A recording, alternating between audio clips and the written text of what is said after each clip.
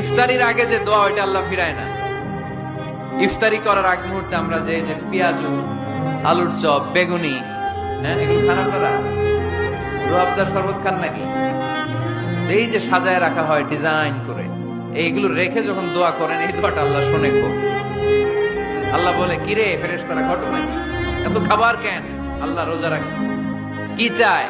আল্লাহ ক্ষমা চায়। তো খায় না যে তৃষ্ণার, তো আল্লাহ আপনার ভয়। আমারা দেখছে না, আল্লাহ আপনারা দেখে নাই। জান্নাত দেখে নাই, আমার জাহান্নাম দেখেছে আল্লাহ কিন্তু জানে। তারপরে ফেরেশতাদের মুখ থেকে বের করা হবে। সুবহানাল্লাহ পড়েন। আমার জাহান্নাম দেখেছি কিনা বলো? ফেরেশতারা বলে না, জাহান্নাম দেখে নাই। আমার জান্নাত দেখেছে কিনা বলো? জান্নাতও দেখে নাই, কিছুই দেখে নাই, আপনারও দেখে নাই। আল্লাহ এবার খুশি হয়ে যাবে।